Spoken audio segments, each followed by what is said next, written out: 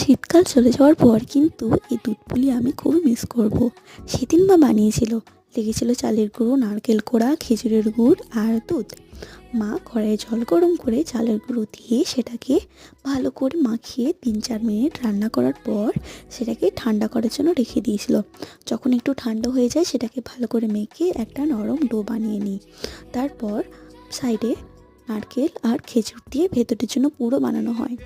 তারপর সেই ডো থেকে ছোট ছোট বল বানিয়ে সেই নারকেলের পুরগুলো দিয়ে এরকমভাবে পুলিগুলো বানিয়ে নেওয়া হয়েছিল সবকটা।